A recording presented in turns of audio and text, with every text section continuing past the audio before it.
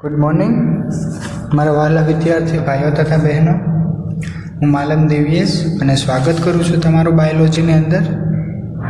તો આજે આપણે ધોરણ 11ની શુભ શરૂઆત કરી રહ્યા છીએ। તો આજે જે આપણે પહેલું ચેપ્ટર જે ભણવાના છીએ આપણું, બરાબર, તે છે સજીવ વિશ્વ। હવે સજીવ અને વિશ્વ તમને કઈ આઈડિયા આવે છે શું છે સજીવ વિશ્વ?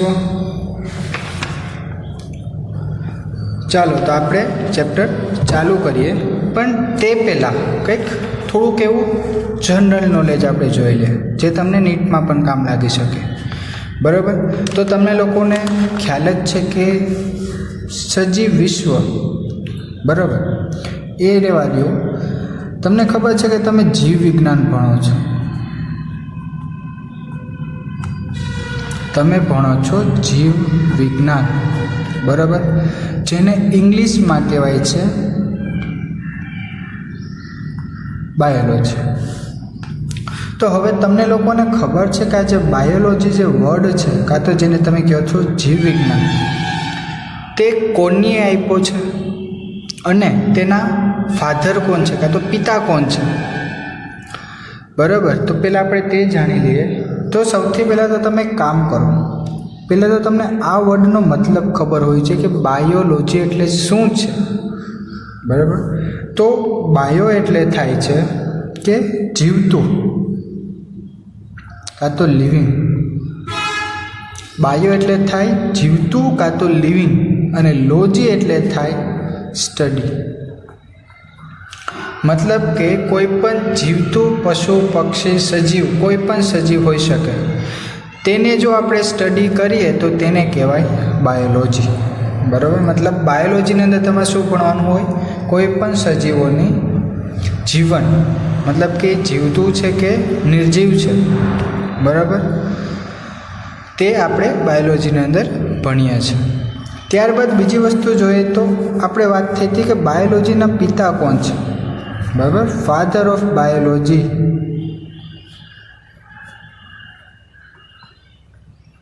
કોઈને ખ્યાલ હોય તો,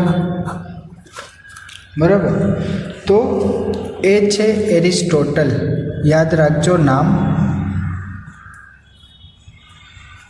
એરિસ્ટોટલ જે છે ને તે બાયોલોજીના પિતા તરીકે વર્તે છે, બરાબર? આ નામ યાદ રાખવાનું છે તમારે। ત્યારબાદ બીજી વસ્તુ જોઈએ તો બાયોલોજી જે છે ને તેના બે ભાગ પડે છે। આમ તો ઘણા બધા ભાગ છે, બટ જે મેઇન બે ભાગ પડે છે ને એમાં એક છે ઝૂઓલોજી અને એક જે છે તે છે બોટની। હવે બોટનીની અંદર શું ભણો અને ઝૂઓલોજીની અંદર શું ભણતા હશો એ આપણે જોવાનું। બોટનીની અંદર તમે ભણો છો વનસ્પતિનું, બરાબર, અને ઝૂઓલોજીની અંદર તમે ભણો છો કોઈ પણ પ્રાણીઓનું, બરાબર? બોટની અંદર તમે કોઈ પણ વનસ્પતિના બારામાં ભણો છો અને ઝૂઓલોજીની અંદર તમે ભણો છો કોઈ પણ પ્રાણીઓના બારામાં, બરાબર? તો બાયોલોજીના પિતા કોણ છે આપણે ખબર છે, કોણ છે? એરિસ્ટોટલ, બરાબર? તો હવે ઝૂઓલોજીના પિતા પણ જાણી લઈએ અને બોટનીના પણ પિતા જાણી લઈએ અને ઝૂઓલોજીના પિતા પણ જાણી લઈએ। તો બોટનીના પિતા પણ એરિસ્ટોટલ જ છે, બરાબર? એટલે બાયોલોજીના પિતા પણ એરિસ્ટોટલ અને બોટનીના પિતા પણ એરિસ્ટોટલ, પણ જે ઝૂઓલોજી છે તેના પિતા એરિસ્ટોટલ નથી, બરાબર? તેના બે પિતા છે થિયોફેસ્ટસ। થિયોફેસ્ટસ જે છે તે છે ઝૂઓલોજીના પિતા, બરાબર? આ જસ્ટ જનરલ નોલેજ હતું, તમને લોકોને સમજાવવા માટે હતું, બરાબર? હા, યાદ રાખજો. ત્યારબાદ હવે આપણે ચેપ્ટર તરફ પ્રસ્થાન કરીએ તો સૌથી પહેલું કયું ચેપ્ટર છે આપણું? સજીવ વિશ્વ. તો હવે જાણી લઈએ કે આપણે સજીવ કોને કહેવાય. પહેલી વસ્તુ તો એ કે સજીવ કોને કહેવાય, બરાબર, અને નિર્જીવ કોને કહેવાય. સજીવ એટલે કોઈ પણ એવા કહીએ તો આપણે કે જે પણ સજીવ હોય તેની વૃદ્ધિ થતી હોય, બરાબર. મતલબ કે જો આપણે જોઈએ તો વૃદ્ધિ જે છે, બરાબર, વૃદ્ધિ એટલે શું થાય? કોઈ પણનો કદ અને તેની સંખ્યામાં જો વધારો થતો હોય તો તેને આપણે વૃદ્ધિ કહીએ, બરાબર. જાણે કે તમે નાના બાળક હતા, પછી મોટા થયા, જુવાન થયા, બરાબર, અને પછી તમે ડોસલા થઈ જશો. એ શું છે? તમારો વૃદ્ધિનો સમયગાળો છે, બરાબર. તો વૃદ્ધિ એટલે શું થાય? કોઈ પણ સજીવની કદમાં અને સંખ્યામાં જે વધારો થાય તેને આપણે વૃદ્ધિ કહીએ, બરાબર. ત્યારબાદ જો તમને લોકોને ખ્યાલ જ છે, બહુકોષી સજીવ, વનસ્પતિ, બરાબર, અને એકકોષી. તમને લોકોને ખ્યાલ છે કે બહુકોષી જે છે તેની અંદર કોણ આવે છે? બહુકોષીય એટલે એક કરતાં વધારે જેમાં કોષો હાજર હોય તેને આપણે બહુકોષીય કહીએ છીએ. જેની પાસે એક જ કોષ હાજર હોય, જાણે એક્ઝામ્પલ આપું તો બેક્ટેરિયા પાસે એક જ કોષ હાજર હોય, બરાબર, તો એને શું કહેવાય? એકકોષીય, બરાબર. તે તમને ખ્યાલ હશે. તો અહીં કીધું છે બહુકોષીય સજીવ કોષ વિભાજન દ્વારા વૃદ્ધિ કરે છે. બહુકોષીય કેવી રીતે કરે? આપણે પણ બહુકોષીય સજીવ જ છે, બરાબર. તો આપણે કેવી રીતે વૃદ્ધિ કરશું આપણા શરીરની? તો કે કોષ વિભાજન દ્વારા. તમારા કોષોનું જેમ જેમ વિભાજન થતો જાય તેમ તેમ તમારી વૃદ્ધિ આગળ વધતી જાય છે, બરાબર. પછી જેમ કે આપણે પ્રાણીઓની વૃદ્ધિની વાત કરીએ તો આપણે પણ પ્રાણી જ છે. જો પ્રાણીઓમાં વૃદ્ધિ મર્યાદિત હોય છે. હવે તમને લોકોને એક વસ્તુ કહું, જેમ કે આપણો જેમ જેમ આપણા શરીરની જેમ વૃદ્ધિ થાય, આપણી હાઇટ જે હોય ને એ અમુક સમય પછી રોકાઈ જાય છે. તેના પછી તે હાઇટ વધતી નથી. જો હાઇટ વધતી જ રહે, આપણે જ્યાં સુધી જીવીએ ત્યાં સુધી જો હાઇટ વધતી જ રહે તો આપણે તો નાળિયેરી જેવા થઈ જાય, એવડા લાંબા થઈ જાય, બરાબર. પણ એવું નથી. શું છે તો કે આપણી જે હાઇટની જે વૃદ્ધિ છે ને તે અમુક સમય માટે જ હોય છે, મર્યાદિત હોય છે. ત્યારબાદ તમારી હાઇટ વધતી નથી, બરાબર. પણ એક વસ્તુ છે કે તે તમારો સમય મતલબ કે તમારું જે શરીર છે, શરીરનો જે વિકાસ છે ને તે બંધ થતો નથી. કહેવાનો મતલબ એ છે કે તમારા શરીરની અંદર જે નિર્જીવ કોષો જે હોય છે હાજર, નિર્જીવ કોષો નીકળી જાય અને તેની જગ્યાએ નવા કોષો ઉત્પન્ન થાય છે. તે તમને લોકોને ખ્યાલ છે. કેવી રીતે થાય છે? તો કે તમારી જાણે કે હાથ હોય, તમને હાથમાં કોઈ પણ જગ્યા પર વાગ્યું હોય, બરાબર, તો ત્યાંના શું હોય? ત્યાંના કોષો મરી ગયા હોય, બરાબર. હવે તે કોષો જે છે તે નીકળી જાય અને તેની જગ્યાએ જે નવા કોષો ઉત્પન્ન થઈ અને તમારી જે ચામડી પાછી ઉપર બનાવી દે છે, તે બધા કોષો કેવા છે? તો કે નવા કોષો, બરાબર. એટલે પ્રાણીઓ કેવી રીતે પોતાની વૃદ્ધિ કરે છે? તો કે કોષ વિભાજન દ્વારા, બરાબર.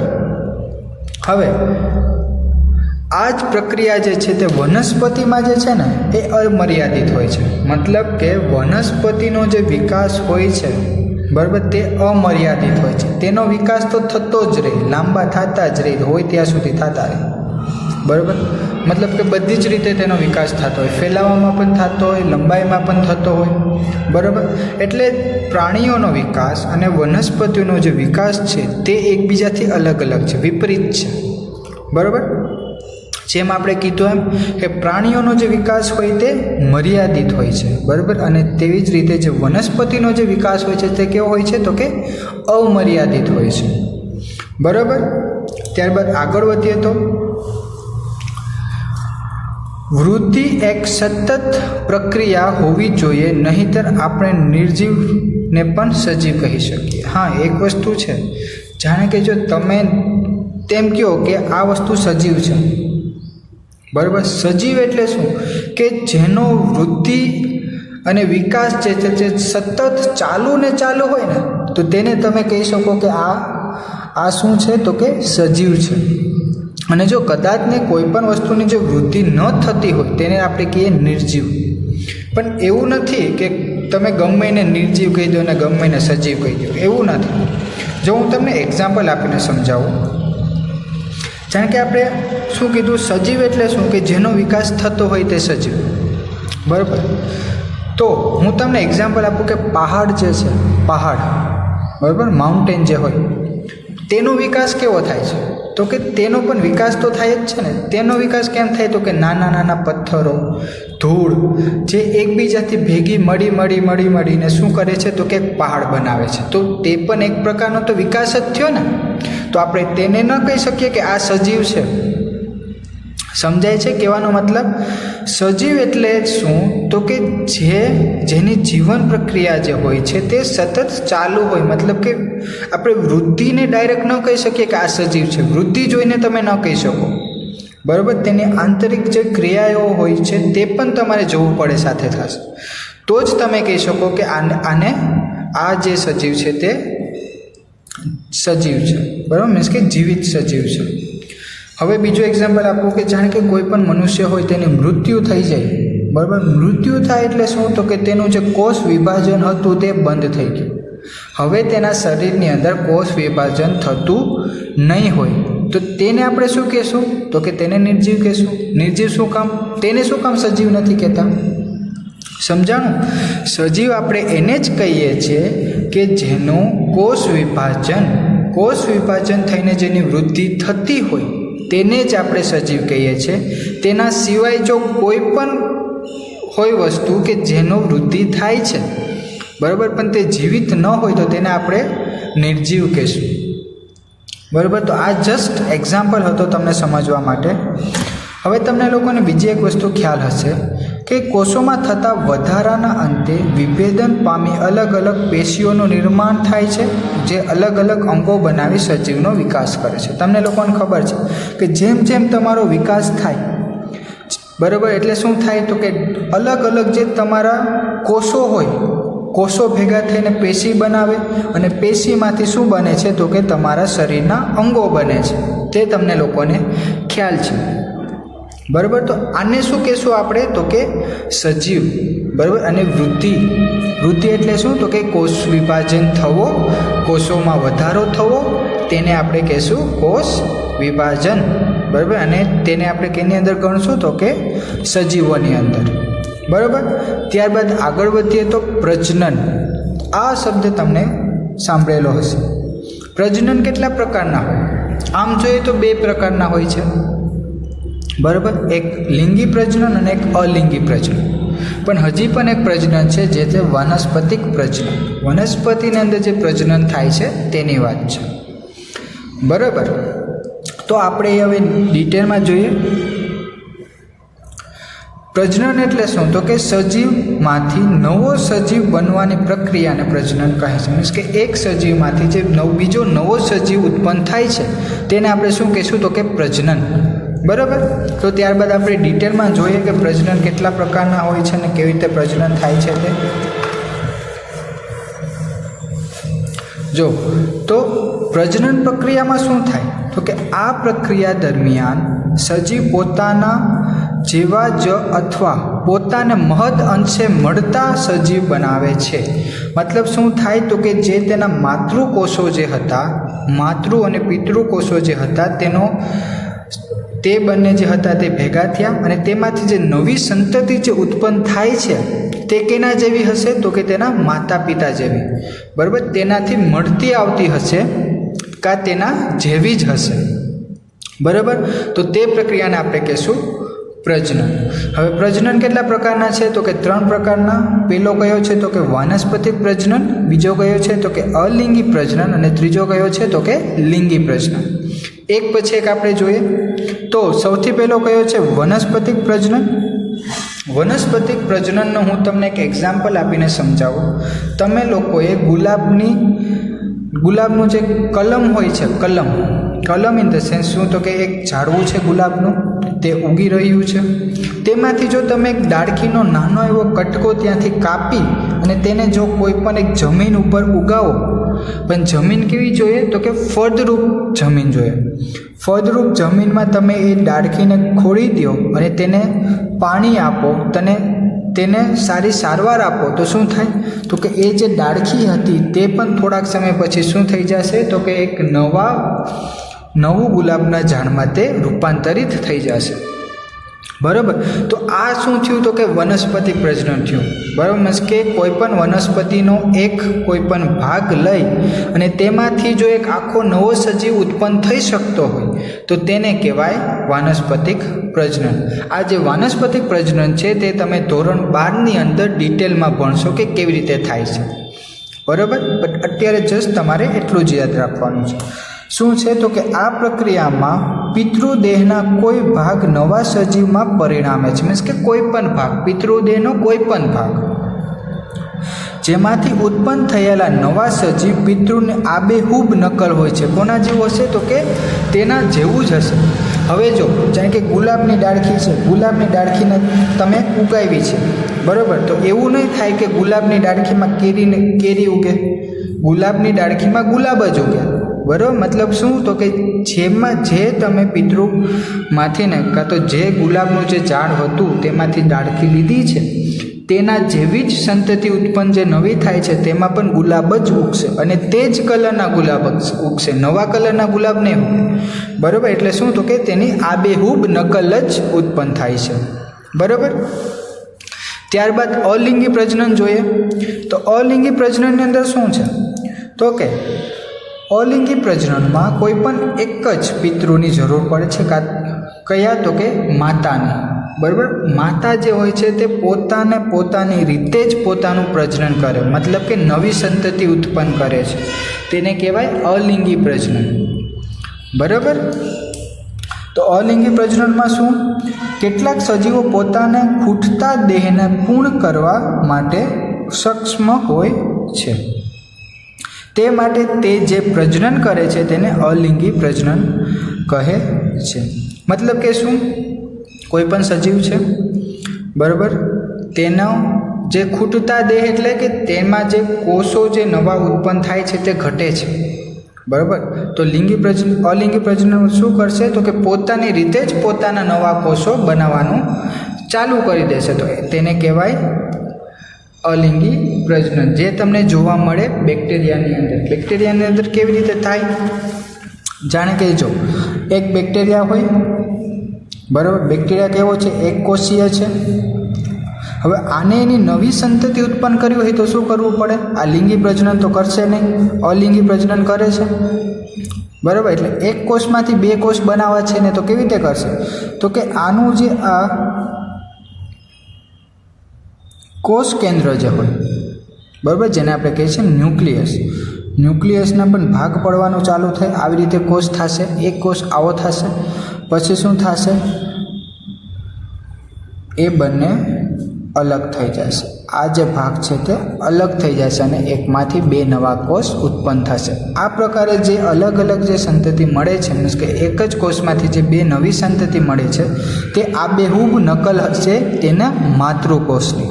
જે માતૃકોષ હતા તેના જેવી જ આ બંને નકલ હશે તેની. બરાબર. આ રીતે જે પ્રજનન થાય છે તેને આપણે કહીએ છીએ અલિંગી પ્રજનન.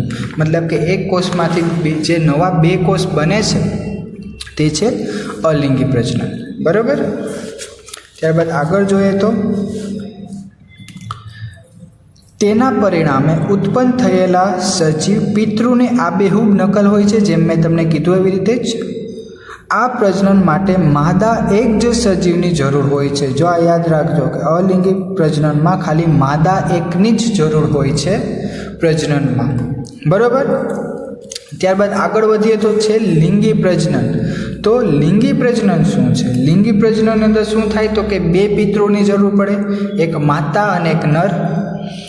નર અને માતા જે બને જે છે તે જ્યારે એકબીજાથી જોડાય, મતલબ કે તેના જે શુક્રકોષ અને અંડકોષ જે હોય તે એકબીજાથી જોડાય અને જ્યારે ફલિતાંડ થાય અને તેમાંથી જે નવી સંતતિ ઉત્પન્ન થાય તો તેને કહેવાય લિંગી પ્રજનન. બરાબર. મતલબ કે માતાના કોષો, પિતાના કોષો બંનેના કોષો ભેગા થયા, તે કોષોનું ફલિતાંડ થયું અને ફલિતાંડ બાદ શું થશે તો કે નવી સંતતિ ઉત્પન્ન થાય છે. તે જે નવી સંતતિ ઉત્પન્ન થશે તે કઈ પ્રજનન દ્વારા થશે તો કે લિંગી પ્રજનન દ્વારા. બરાબર, લિંગી એટલે શું તો કે બે અલગ અલગ લિંગો એકબીજાથી જોડાય છે એટલા માટે. જો તો આગળ જોઈએ, અહીં બે વિજાતીય સજીવોની જરૂર હોય છે. ખબર પડી, બે વિજાતીય સજીવ એટલે એક માતા અને એક પિતાની. બંને સજીવોમાંથી અલગ અલગ પ્રજનન કોષો ભાગ લે છે. જેમ મેં તમને કીધું એમ બંનેમાંથી અલગ અલગ પ્રજનન કોષો ભાગ લેશે. તો નરમાંથી કયા ભાગ લેશે તો કે શુક્રકોષ, અને માદામાંથી કોણ ભાગ લેશે તો કે અંડકોષ. શુક્રકોષ અને અંડકોષ બંને એકબીજાથી જોડાશે, ફલિતાન થશે, અને ફલિતાન થયા બાદ તેમાંથી એક નવી સંતતિ ઉત્પન્ન થશે. બરાબર, પરિણામે ઉત્પન્ન થયેલા નવા સજીવમાં તેના મિશ્ર લક્ષણો જોવા મળશે. મિશ્ર લક્ષણો એટલે શું તો કે તેની અંદર માતાના લક્ષણો પણ હશે અને પિતાના લક્ષણો પણ હશે. બરાબર, મતલબ કે તે બંનેનું મિક્સચર હશે, મિશ્ર હશે. એટલા માટે તેમાં કીધું છે કે તે મિશ્ર લક્ષણો ધરાવે છે. એનો મતલબ શું થયો કે તે આબેહૂબ પિતૃકોષો જેવું સજીવ નહીં હોય, તેનાથી અલગ હશે. બરાબર, અલગ પણ હશે, અને જેમાં બંને માતા અને પિતા બંનેના લક્ષણો હાજર હશે. બરાબર, ત્યારબાદ આગળ વધીએ તો છે ચયાપચય.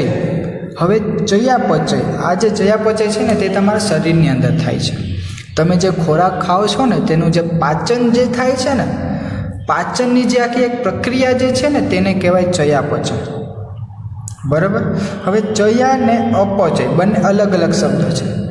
બરાબર, તે બંનેને ચયા અને અપચય બંને જે શબ્દ જે છે તે અલગ અલગ છે. તે બંનેનો ભેગો કરીને શું બન્યું તો કે ચયા અપચય, ચયાપચય બન્યું. બરાબર, તો ચયાપચયની જે પ્રક્રિયા છે ને એ બંને અલગ અલગ થાય. ચયાની પણ પ્રક્રિયા અલગ થાય અને અપચયની જે પ્રક્રિયા છે તે પણ અલગ થાય છે. બરાબર, તે કેવી રીતે થાય છે તમને સમજાવું.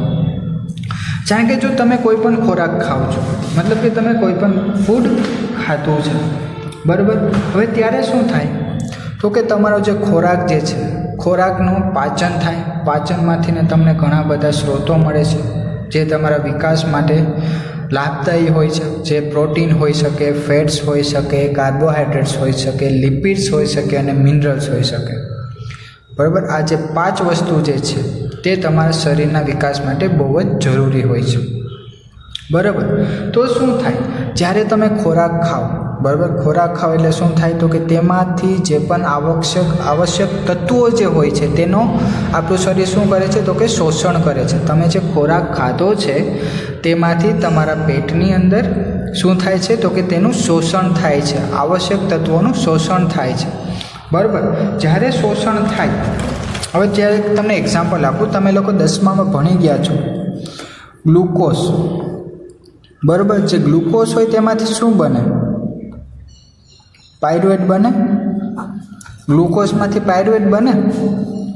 પાયરુવેટનું પણ પાયરુવેટના પાછળ 3 રીતે ભંગાણ થાય છે. એક કેવી રીતે થાય તો કે ઓક્સિજન જ્યાં હાજર હોય છે, એક ક્યારે તો કે ઓક્સિજન હાજર હોતું નથી ત્યારે, અને બીજું ક્યારે તો કે ઓક્સિજનની માત્રા ઓછી હોય ત્યારે. આ તમે ભણી ગયા છો ચેપ્ટર નંબર 6ની અંદર. બરાબર, તો હવે થાય શું, જાણે કે આ જે ગ્લુકોઝ જે છે તમને ખબર છે ગ્લુકોઝનું ગ્લાયકોજન ફોર્મ હોય. ગ્લુકોઝનું ગ્લાયકોજન ફોર્મ હોય કે જે તમારા શરીરની અંદર જે ઉર્જા છે તેનો સંગ્રહ કરીને રાખે છે. અને તમને ખબર છે આ જે તમારા શરીરની અંદર જે એક્સ્ટ્રા ઉર્જા હોય, એક્સ્ટ્રા ઉર્જા એટલે શું, તમે કોઈ પણ ખોરાક ખાધો છે, તમારે તે ખોરાકમાંથી જેટલી પણ તમને ઉર્જા મળી છે તેનો તમે ઉપયોગ કરી લીધો, પણ જે વધારાની જે ઉર્જા હોય છે તેનો તમારું શરીર શું કરે છે તો કે સંગ્રહ કરીને રાખે છે. બરાબર, આ જે સંગ્રહ કરેલો જે ખોરાક હોય છે તે કઈ જગ્યાએ ભેગો થાય છે તમને ખબર છે? તો એક છે તમારું લીવર. બરાબર, લીવરને શું કહેવાય?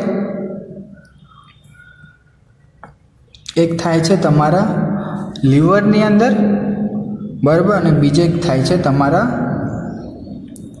એડિપોસ ટિશ્યુ. હવે એડિપોસ ટિશ્યુ અને લીવર, બરાબર, ઇંગ્લિશ વર્ડ જે છે ને એ હવે તમારે યાદ રાખવા જ પડશે, કારણ કે 11-12 પૂરું કરશો એટલે હવે તમારે ઇંગ્લિશ જ આવશે. બરાબર, તો એડિપોઝ ટીસ્યુ એટલે થાય છે કે તમારા શરીરની અંદર જે ફેટ હોય છે ને, ફેટ, બરાબર, એ ફેટને કહેવાય એડિપોઝ ટીસ્યુ. અને લીવર, બરાબર, આ બંને જગ્યાએ શું થાય તો કે જે વધારાની જે ઉર્જા જે હોય છે તે તમારા શરીરની અંદર સંગ્રહ થઈને રહે છે. બરાબર, અહીં સુધી સમજાણું. હવે જો અહીંયા શું કીધું છે, ચયાની વાત કરી છે, ચયાપચયની વાત કરી છે. બરાબર, ચયા એટલે નાના નાના અણુઓને ભેગા મળી મોટા અણુઓમાં રૂપાંતરિત થાય છે. તે દરમિયાન ઉર્જાનો સંગ્રહ થાય છે, પરિણામે સજીવની વૃદ્ધિ થાય છે. ખબર પડી? મતલબ કે નાના નાના જે અણુઓ હોય છે તે ભેગો થાય, નાના નાના અણુઓ ભેગા થઈ અને મોટો અણુ બનાવે. એક્ઝામ્પલ તમને સમજાવવાનું ટ્રાય કરો. હવે જો ગ્લુકોઝ જે છે, ગ્લુકોઝના નાના નાના અણુઓ હશે, બરાબર, આવી રીતે તે તમારું શરીર શોષણ કરશે, બરાબર, જે વધારાની ઉર્જા છે તેનો સંગ્રહ કરશે. સંગ્રહ કયા ફોર્મમાં કરશે તો કે એક મોટા અણુ, જેને કહેવાય ગ્લાયકોજન. મતલબ કે નાના નાના અણુઓ ભેગા થઈ અને જો એક મોટો અણુ બને તો તેને કહેવાય ચયાપચય. બરાબર, હવે શું થાય, જાણે કે મોટો, આની જ વાત કરીએ, આ જે ગ્લાયકોજન છે ને, ગ્લાયકોજન છે તેનું ભંગાણ થાય, આ તૂટે અને એમાંથી નાના નાના જો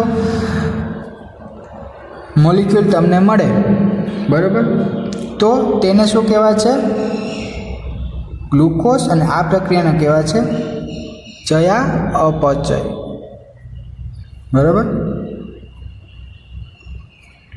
બરાબર, જોઈએ આપણે ચયા. ખબર પડી ગઈ, નાના નાના અણુઓમાંથી મોટો અણુ બનવો, તે છે ચયાપચય. બરાબર, અને હવે છે અપચય. અપચય એટલે શું તો કે મોટા મોટા અણુઓને તૂટી નાના નાના અણુઓમાં રૂપાંતરિત થાય છે, પરિણામે ઉર્જા છૂટી પડે છે. અને શું થાય તો કે ઉર્જા તમારા શરીરને મળે છે અને સજીવ મૃત્યુ તરફ આગળ વધે છે. બરાબર, તો આને કહેવાશે અપચય. ચયા અને અપચય ખ્યાલ આવી ગયો? બરાબર, મતલબ કે જો કોઈ પણ ગ્લુકોઝ હોય, ગ્લુકોઝનું ભંગાણ થાય, ગ્લુકોઝ જે હોય છે તે જો નાના નાના અણુઓ એકબીજાથી ભેગા થાય તો તેમાંથી જે ગ્લાયકોજન બને છે તે છે કઈ પ્રક્રિયા તો કે ચયા પ્રક્રિયા છે. બરાબર, અને જો કોઈ પણ મોટા અણુઓમાંથી નાના નાના અણુઓ બને તો તે જે પ્રક્રિયા છે તે છે અપચય. બરાબર, ત્યારબાદ આગળ જોઈએ. આગળ છે સભાનતા. હવે સભાનતા એટલે શું? તમને લોકોને ખબર છે કે તમારું જે શરીર હોય ને, તમારું શરીર અલગ અલગ વસ્તુને ઓળખવામાં કોઈ ભૂલ કરતું નથી.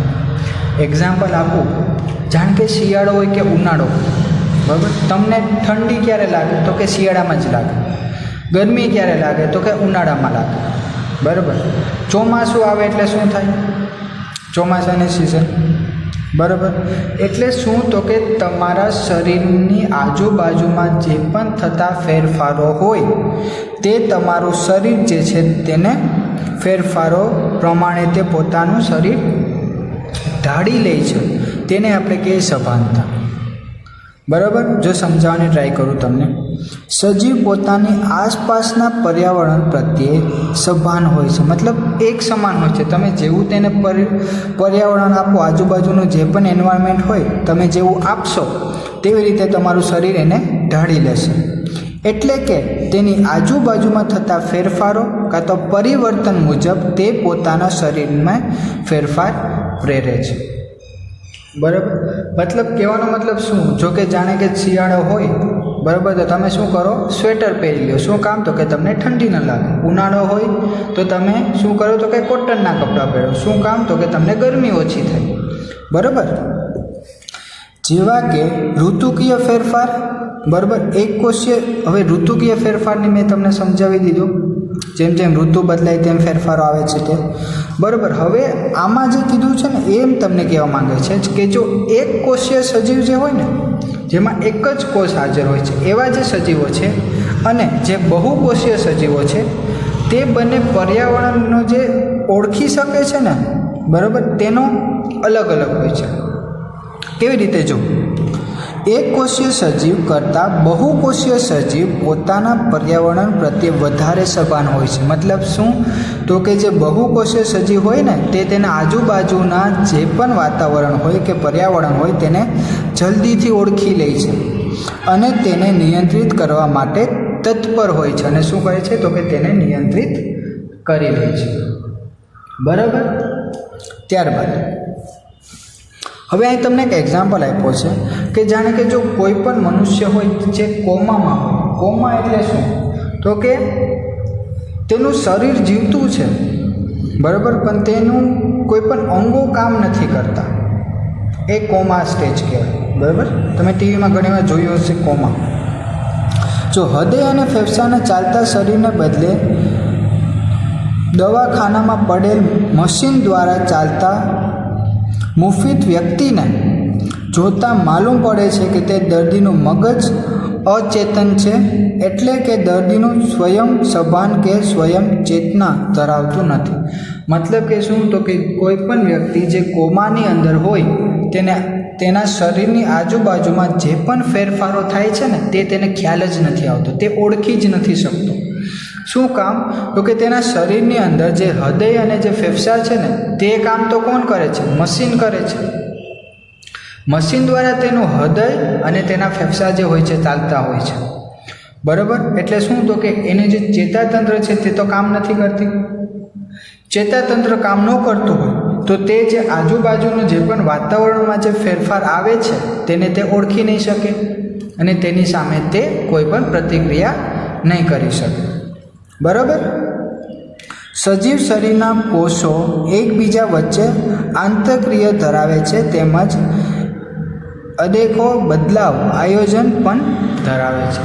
હવે તમારા શરીરની અંદર જે અલગ અલગ કોષો હોય, જેમ મેં તમને પહેલાં સમજાવ્યું હતું, કારણ કે તમને કોઈ પણ જગ્યા ઉપર વાગ્યું હોય, બરાબર, અને તે જગ્યા ઉપર જે ચામડી હોય કે જે કોષો હોય તે નીકળી ગયા હોય, બરાબર, તો શું થાય? તો કે તેની બાજુવાળા જે કોષો છે તે પોતાનું વિભાજન કરશે અને શું કરશે? તો કે જે જગ્યા ઉપર કોષો હાજર નથી તે જગ્યા ઉપર નવા કોષો બનાવવાનું તે ચાલુ કરી દેશે. મતલબ કે તેની બાજુના જે કોષ હોય છે, મતલબ એક કોષ બીજા કોષ સાથે તે સામાન્ય રીતે જોડાયેલા હોય છે અને તે બધા વચ્ચે આંતરક્રિયાઓ થતી હોય છે. બરાબર. સજીવ શરીરના કોષો બાહ્ય ઉત્તેજના સામે પ્રતિક્રિયા આપે છે. બહારથી કોઈ પણ જો તમારા શરીરની અંદર, જાણે કે તમને એક્ઝામ્પલ આપું તો જાણે કે તમને તાવ આવે, બરાબર, પછી જાણે કે કોઈ પણ ઇન્ફેક્શન થયું હોય, બરાબર, તો આ બધા સામે જે તમારું શરીર જે પ્રતિક્રિયા આપે છે, બરાબર, તે પણ શું બતાવે છે? તો કે તે શરીર જે છે તે સજીવ શરીર છે. બરાબર. તો આ હતું સભાનતા. અહીંયા આપણો આ ચેપ્ટરનો પહેલો ટોપિક છે તે પૂરો થાય છે. આશા કરું છું કે તમને લોકોને સમજાણું હશે. Thank you. ગુડ મોર્નિંગ મારા વહાલા વિદ્યાર્થી ભાઈઓ તથા બહેનો. હું માલમ દિવ્યેશ અને સ્વાગત કરું છું તમારું બાયોલોજીની અંદર. તો આપણે જે આની પહેલાંનો જે લેક્ચર હતો, બરાબર, ત્યારે આપણે પ્રાણી સૃષ્ટિ ભણ્યું હતું. બરાબર. હવે આ જે લેક્ચર જે છે તેની અંદર આપણે જોશું કે જે પ્રાણીઓ જે હોય છે, અલગ અલગ પ્રાણીઓ જે હોય છે તેનું નામકરણ કેવી રીતે આપવામાં આવે છે. બરાબર. તો એક વસ્તુ હું તમને પહેલાં સમજાવું કે આ નામકરણ જે છે એ નામકરણ શું કામ, નામ શું કામ આપવામાં આવે છે કોઈ પણ વસ્તુ. બરાબર. તો જાણે કે હું તમને એક્ઝામ્પલ આપું, તમને લોકોને ખબર છે, જાણે કે આપણે શ્રીફળનું એક્ઝામ્પલ લઈએ. બરાબર. શ્રીફળનું નામ શું છે? તો કે નાળિયેર. આપણે આ સાઈડ શું લોકો કહે છે? તો કે નાળિયેર કહે છે. બહારની સાઈડ જાઓ તો લોકો શ્રીફળ કહે છે. ઇંગ્લિશમાં શું કહેવાય? તેને કોકોનટ કહેવાય છે. બરાબર. મતલબ કે જેમ જેમ તમે અલગ અલગ જગ્યા ઉપર જાઓ તેમ તેમ કોઈ પણ વસ્તુનું નામ જે હોય છે તે બદલી જાય છે, કે કોઈ પણ સજીવોનું જે નામ હોય છે તે બદલી જાય છે. બરાબર. તો હવે એક એવી જ રીતે હું તમને એક્ઝામ્પલ આપું. જાણે કે આપણે અહીંયા જાણે કે ગુજરાત છે, કોઈ પણ બીજો સ્ટેટ હોય, બરાબર, જાણે કે ગુજરાતની અંદર આપણે ગુજરાતી બોલીએ છીએ, કાઠિયાવાડી બોલીએ છીએ, પછી તમે જો બીજા સ્ટેટની અંદર જાઓ, મધ્યપ્રદેશની અંદર જાઓ તો ત્યાં મહારાઠી મતલબ કે મરાઠી બોલે છે. પંજાબની અંદર જાઓ તો પંજાબી બોલે છે. બરાબર, મતલબ જેમ જેમ તમે અલગ અલગ સ્ટેટમાં જાઓ છો તેવી રીતે જે ભાષામાં જે રૂપાંતરિત આવે છે, મતલબ કે અલગ અલગ લેંગ્વેજીસ બોલાય છે, તેવી જ રીતે કોઈ પણ સજીવ હોય તેનું નામ પણ બદલાઈ જાય છે. બરાબર, તો હવે અલગ અલગ જગ્યા ઉપર જાય તો આપણે સજીવોનું નામ અલગ હોય તો આપણે ઓળખવામાં પ્રોબ્લેમ થાય તેને. બરાબર, તેના લીધે થઈ અને શું છે તો કે જે પણ કોઈ પણ બાયોલોજિસ્ટ હોય, બાયોલોજિસ્ટ એટલે કે કોઈ પણ જીવ વૈજ્ઞાનિક હોય, બરાબર, તેના માટે તો આ વસ્તુ તો અશક્ય છે કે તે લોકો અલગ અલગ નામ ઓળખી લે. એટલા માટે થઈને શું કર્યું છે તો કે બધા સજીવો માટે એક સ્પેસિફિક નામ આપી દીધા છે કે જેના દ્વારા તમે આખી દુનિયામાં કોઈ પણ જગ્યા ઉપર જાઓ, બરાબર, તો તમે એ નામ આપો એટલે કોઈ બી ઓળખી લે. બરાબર, મતલબ કે એક કોમન નેમ આપી દીધું છે. જાણે કે કોકોનેટ, જાણે કે આપણે કહીએ, બરાબર, નાળિયેરના કોકોનેટ કહીએ તો coconut all over the world, બધી જગ્યાએ એને કોકોનેટ જ કહેવાય. બરાબર, તો એવી જ રીતે જે નામકરણ જે થાય છે તેમાં જે પહેલું છે તે છે દ્વિતીયક નામકરણ પદ્ધતિ. બરાબર, અને એ હતું વૈજ્ઞાનિક નામકરણના નિયમ. એમાં પહેલું જે છે તે છે દ્વિતીયક નામકરણ પદ્ધતિ. મતલબ કે એક જ વસ્તુના બે નામ, એક જ વસ્તુના બે નામ. બરાબર, તો એમાંથી એક જે નામ હશે, મતલબ કે જે પહેલું નામ લખાશે તે કોના ઉપર આધારિત હશે તો કે તેની પ્રજાતિ ઉપર. બીજું જે નામ હશે તે તેની જાતિ ઉપર. પ્રજાતિ અને જાતિ, બરાબર, આ વસ્તુ આપણે ડિટેલમાં આગળ ભણશું. બરાબર, મતલબ કે કોઈ પણ એક વસ્તુનું નામ આપવામાં આવે તો પહેલાં તેનું નામ શું લખાશે, કયું નામ લખાશે તો કે તેને પ્રજાતિનું નામ લખાશે, ત્યારબાદ તેની જાતિનું નામ લખાશે. હવે તમને લોકોને એક બીજી વસ્તુ કહી દઉં કે તમને લોકોને ખબર છે કે આખી દુનિયામાં કેટલી પ્રજાતિઓ હાજર છે? ના ખબર હોય તો કહી દઉં, આખી દુનિયાની અંદર 1.7, આખી દુનિયાની અંદર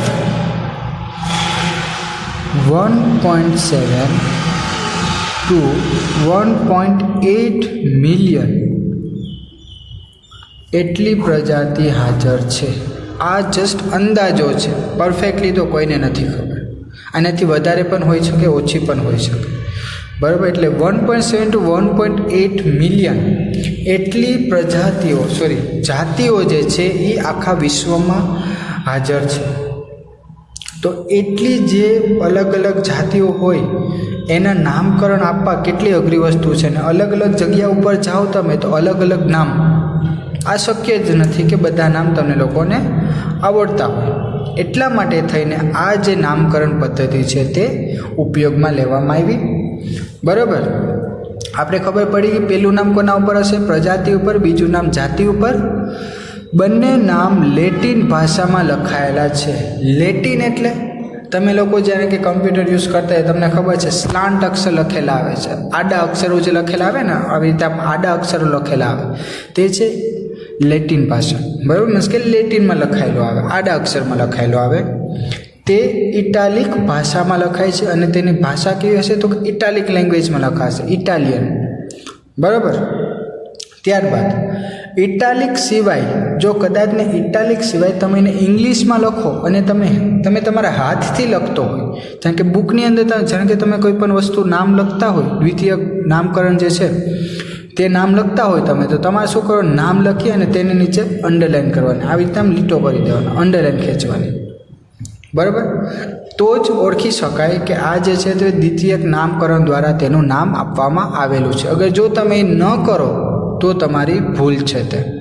બરાબર, જો કીધું છે ઇટાલિક સિવાય તેને ઇંગ્લિશમાં લખી બંનેની નીચે અલગ અલગ લીટી કરવામાં આવે છે. મતલબ કે પ્રજાતિના નામ લખીને એની નીચે લીટી, જાતિનું નામ લખી અને તેની નીચે લીટી કરવામાં આવે છે. ત્યારબાદ આપણે કીધું છે વૈજ્ઞાનિક નામની પ્રજાતિને પહેલા અક્ષર મોટી લીટીમાં, મતલબ કે આપણે જે વૈજ્ઞાનિક, આને જે દ્વિતીયક નામકરણ છે ને તેને વૈજ્ઞાનિક નામકરણ પણ કહીએ છીએ.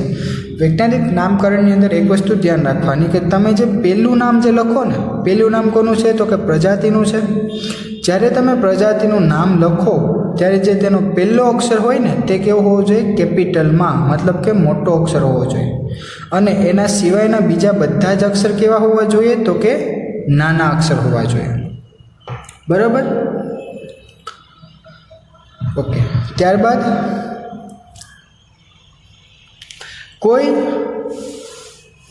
કોઈ જીવશાસ્ત્ર દ્વારા સંશોધન પામેલ જીવના નામકરણની પાછળ તે વ્યક્તિના એકાદી અક્ષરના નામ લખાય છે. મતલબ કે જો કોઈ પણ એક નવો, મતલબ કે કોઈ પણ જીવ વિજ્ઞાન છે જેને એક નવો સજીવ કાં તો નવા સજીવને ઓળખવો છે, ગોઈતો છે, બરાબર, તો શું કરવામાં આવે તો કે પહેલું નામ કોના ઉપર લખવામાં આવે? તેની પ્રજાતિ ઉપર, બીજું નામ તેની જાતિ ઉપર, અને ત્રીજું નામ જે છે ને તે કોના ઉપર હશે તો કે જે જીવશાસ્ત્રીએ તેને ગોઈતું છે તેના નામ ઉપરથી છેલ્લો જે ત્રીજો અક્ષર હશે તે તેના ઉપરથી લખવામાં આવશે. બરાબર. હવે એક્ઝામ્પલ જોઈએ. હોમો સેપિયન્સ. હોમો એટલે શું થશે તો કે પ્રજાતિ, સેપિયન્સ એટલે શું થશે તો કે જાતિ. આ કોનું નામ છે? હ્યુમન્સ, માણસ. માણસ માટે આખા વિશ્વની અંદર તમે ગમે ત્યાં જાઓ તો એના માટે કયો શબ્દ વપરાશે તો કે હોમો સેપિયન્સ. હોમો સેપિયન્સ એટલે થાય મનુષ્ય, માનવ. બરાબર. અને તે કોને ગોતેલો છે ખબર છે આપણે તો કે માણસ વેચ. બરાબર. તો એની જાતિ કઈ છે તો કે સેપિયન્સ, એટલે હોમો સેપિયન્સ સેપિયન્સ. ખ્યાલ આવ્યો? અને એક વસ્તુ બીજી કે જો આપ જે પહેલું નામ જે લખેલું છે, મતલબ કે જે પ્રજાતિનું નામ લખેલ છે એમાં પહેલો અક્ષર કેપિટલ, તેના સિવાયના બધા જ અક્ષર કેવા છે તો કે સ્મોલ. બરાબર. ત્યારબાદ બીજો એક્ઝામ્પલ છે મેગ્નિફેરા ઇન્ડિકા. મેગ્નિફેરા ઇન્ડિકા એટલે થાય કેરી, મેંગો. બરાબર. અત્યારે સિઝન ચાલે જ છે મેગ્નિફેરા ઇન્ડિકા. તો મેગ્નિફેરા શું છે તો કે તેની પ્રજાતિ, ઇન્ડિકા શું છે તો કે એની જાતિ, અને લીન નામનો જે સાયન્ટિસ્ટ હતો તેને આ કેરીનું નામકરણ કર્યું હતું અને પહેલી વાર ગોતેલી હતી એટલે. બરાબર. તો ત્યારબાદ આગળ વધીએ આપણે. આગળ છે વર્ગીકૃત કક્ષાએ.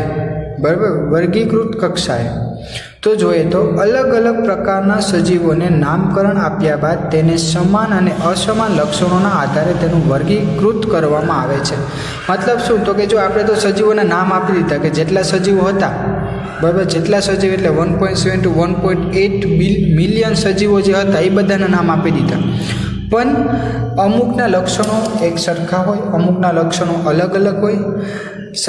મતલબ કે એક લક્ષણો ધરાવતા સજીવોને એક બાજુ લઈ લીધા, બીજા બાજુ શું કર્યું તો કે જે અલગ અલગ લક્ષણો ધરાવતા હતા એ સજીવને બીજી બાજુ લઈ લીધા અને તેનું વર્ગીકરણ કરવામાં આવ્યું. મીન્સ કે અલગ અલગ ભાગ કરવામાં આવ્યા.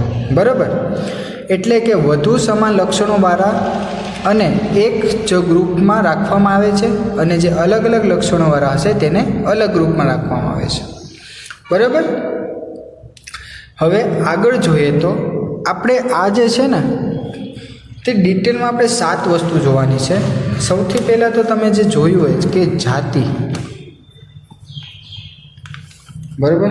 જાતિ જોશું, પછી જોશું આપણે પ્રજાતિ, ત્યારબાદ જે જોશું તે છે કુળ, ત્યારબાદ ગોત્ર, સમુદાય, સૃષ્ટિ અને વર્ગીકરણ. આ બધી જ વસ્તુ જે છે તે આપણે ડિટેલમાં જોવાની છે. તો એક પછી એક જોઈએ અને સમજવાની ટ્રાય કરીએ. બરાબર. તો સૌથી પહેલું જે છે તે છે જાતિ. તો જાતિની વાત કરીએ તો જાતિમાં આવેલા બધા જ સભ્યો વધુમાં વધુ લક્ષણોમાં સમાનતા ધરાવતા હોય છે. મતલબ કે જો તમને એક્ઝામ્પલ આપું, તમને લોકોને ખબર છે કે ટાઈગર અને લાયન એ બંને શું છે તો કે બિલાડી છે, પણ મોટી બિલાડી છે. એક તો બિલાડી જ છે ને, બરાબર, પણ એ મોટી બિલાડી છે. તો તેના જે લક્ષણો જે છે તે સમાન લક્ષણો છે, મતલબ કે જંગલમાં રહી છે, બરાબર, તેની લાંબી પૂંછડી હોય છે. આ બધા શું છે? પછી દોડી શકે છે, 4 પગ હોય છે. આ બધા શું થયા? તો કે તેના લક્ષણો થયા. અને એ જે લક્ષણો છે તે વધુમાં વધુ સામાન્ય હોય છે. બરાબર, મતલબ કે ટાઈગર કે કાં તો લાયન કે, બરાબર, તેના જે સમાન લક્ષણો જે તમને જોવા મળે છે તેના લીધે આપણે તેને શું કહી શકીએ? તો કે એક જાતિના જ, મતલબ કે એનું ઇંગ્લિશમાં નામ શું, આપણે સાયન્ટિફિક નેમ શું થશે તેનું? તો કે વૈજ્ઞાનિક નામ પેન્થેરા ટાઇગ્રીસ એટલે થશે ટાઈગર. પેન્થેરા લિયો એટલે થશે શું? તો કે લાયન. બરાબર, એટલે આ જે પેન્થેરા જે છે ને તે તેની પ્રજાતિ છે, અને આ જે છે ને ટાઇગ્રીસ અને લિયો એ છે તેની જાતિ. બરાબર, તો આવી રીતે તમે સમજી શકો કે અલગ અલગ ટાઈગર છે, લાયન છે, લેપર્ડ છે, આ બધા જે છે ને તે જાતિ એક છે તેની, પણ જાતિ અલગ અલગ છે પણ પ્રજાતિ બધાની એક હરખી છે. બરાબર, એ કઈ પ્રજાતિમાં આવશે? તો કે પેન્થેરા પ્રજાતિમાં. જોઈએ આપણે આગળ. બરાબર, જાતિ સમજાણું? મતલબ કે જેટલા સજીવો છે તેના જે સામાન્ય લક્ષણો જે તમને જોવા મળે છે તેને એક સાથે રાખો તો તેને જાતિ કહેવાય. અને પ્રજાતિ એટલે શું? તો કે નજીકના સંબંધોવાળા જાતિઓ ભેગી મળી પ્રજાતિની રચના કરે છે. જેમ મેં તમને કીધું એમ, જાણે કે લાયન છે, જો એક્ઝામ્પલ જોઈએ, જો પેન્થેરા લિયા એટલે શું થાય? તો કે સિંહ થાય. પેન્થેરા ટાઇગ્રીસ એટલે શું થાય? વાઘ થાય. પેન્થેરા પાર્ડસ એટલે શું થાય? દીપડો થાય. આ ત્રણેય જે નામ જે છે, બરાબર, આ અલગ છે, જાતિ છે અલગ જાતિ, આ અલગ જાતિ અને આ અલગ જાતિ, પણ તેની ત્રણેયની જે પ્રજાતિ જે છે તે એક સરખી છે. બરાબર, એટલે આને કહેવાશે પ્રજાતિ. ત્યારબાદ જો હવે બીજી વસ્તુ કે જાણે કે આપણે બિલાડીની વાત કરી છે, બરાબર, કે દીપડો છે, વાઘ છે, સિંહ છે, એ ત્રણ બિલાડી છે. પણ જે આપણે ઘરે જે નાની નાની જે બિલાડીઓ હોય છે, બરાબર, તે બિલાડીને તમે આની સાથે ન રાખી શકો, કારણ કે એ બંને પ્રજાતિ અલગ છે. આ ત્રણેય માટે જે પ્રજાતિ છે તે છે પેન્થેરા, અને જે બિલાડી માટે જે પ્રજાતિ છે તે છે ફેલિસ. બરાબર, ફેલિસ. સમજાણું? મતલબ કે મોટી બિલાડીઓ માટે જે પ્રજાતિ છે તે છે પેન્થેરા, અને નાની બિલાડીઓ માટે જે પ્રજાતિ છે તે છે ફેલિસ. બરાબર, એટલે આ અલગ અલગ પ્રજાતિ થઈ. હવે કુળ એટલે શું? તો કે અલગ અલગ પ્રજાતિના જે અલગ અલગ પ્રજાતિઓમાં જે સમાન લક્ષણો તમને જે જોવા મળે અને તમે એને ભેગા મૂકી શકો તો એને કહેવાશે કુળ. જોઈએ એક્ઝામ્પલ. જો આપણે શું જોયું કે જાણે કે ઘણા બધા સમાન લક્ષણો ધરાવતી પ્રજાતિઓ, બરાબર, મળી કુળની રચના કરે છે. મતલબ કે અલગ અલગ પ્રજાતિઓ હોય પણ તેના જે લક્ષણો હોય છે એક સમાન હોય, તો તેને આપણે કેમાં મૂકી શકીએ? તો કે કુળમાં, એક કુળમાં મૂકી શકીએ. બરાબર, કારણ કે એક્ઝામ્પલ આપ્યો છે તમને સોલેનમ, પુટિનિયા અને ધતુરા. આ ત્રણેય જે છે ને તેની જે પ્રજાતિ છે તે જાતિ અલગ છે, પ્રજાતિ એક સરખી છે, એક જ પ્રજાતિ છે. એટલે તમે શું કરી શકો? એને એક કુળમાં મૂકી શકો, અને તેનું કુળ કયું છે? તો કે સોલેનેસી. બરાબર, તેનું સોલેનેસી કુળ છે. આ જે તમારે છે ને તે આગળ ચેપ્ટરમાં તમારે ડિટેલમાં ભણવાનું છે. બરાબર, ત્યારબાદ સિંહ, વાઘ, દીપડો અને બિલાડી આપણે શું કર્યું? ચારે ચારને ભેગું રાખી દીધું. બરાબર, બધા જ ફેલિડી. બરાબર, આ શું છે? ફેલિડી કુળમાં મૂકવામાં આવે છે. આપણે શું કીધું તો આગળ? તો કે જો સિંહ, વાઘ અને દીપડો છે તેની પ્રજાતિ કઈ હતી? પેન્થેરા હતી. બિલાડીની પ્રજાતિ કઈ હતી? બિલાડીની પ્રજાતિ તો કે ફેલિસ હતી. આ બંને જે પ્રજાતિ અલગ અલગ છે, મતલબ કે પેન્થેરા અને ફેલિસ, એ બંને પ્રજાતિના જે પણ લક્ષણો જે છે તે અમુક હદ સુધી સામાન્ય છે, કારણ કે બધી બિલાડી જ છે. એટલે એને કયા કુળમાં મૂકવામાં આવશે? તો કે ફેલિડી. બરાબર, એને ફેલિડી કુળમાં મૂકવામાં આવશે. બરાબર, હવે એક બીજી વસ્તુ, જાણે કે કૂતરો ને બિલાડી, તો એ એક સરખા નથી, તેના લક્ષણોમાં ઘણો બધો ફેર પડે. બરાબર, જાણે કે આપણે વાઘ, દીપડો અને બિલાડી કીધી તો એ બરાબર છે કે હાલો બધી બિલાડી છે. બરાબર, એટલે એક તમે શું કહે તો એક પ્રજાતિમાં તમે રાખી દીધું, કુળમાં રાખી દીધું. પણ જો કદાચ તમે બિલાડીને કૂતરા સાથે કમ્પેર કરો તો એ વસ્તુ ખોટી છે. એ બંનેના લક્ષણોમાં ઘણા બધા તમને ફેરફારો જોવા મળે છે. એટલે તમે તેને એક કુળની અંદર રાખી શકતા નથી. બરાબર. તો તેને તમે કેમાં રાખશો? ગોત્રમાં. મતલબ કે અલગ અલગ કુળના પ્રાણીઓ જે હોય છે જો તમે તેને ભેગા કરો, બરાબર, તો તેને શું કહેવાશે? ગોત્ર. એક્ઝામ્પલ આપું તમને. જો અહીં કેન્ડીડી, આ જે કેન્ડીડી છે ને તે કોના માટે વપરાશે? તો કે કૂતરા માટે. કૂતરાઓની જે પણ પ્રજાતિ હોય છે, અલગ અલગ પ્રજાતિઓ હોય છે કૂતરાની, એને જો તમે ભેગી કરો તો એને એક કુળ જે આપવામાં આવે તે છે કેન્ડીડી.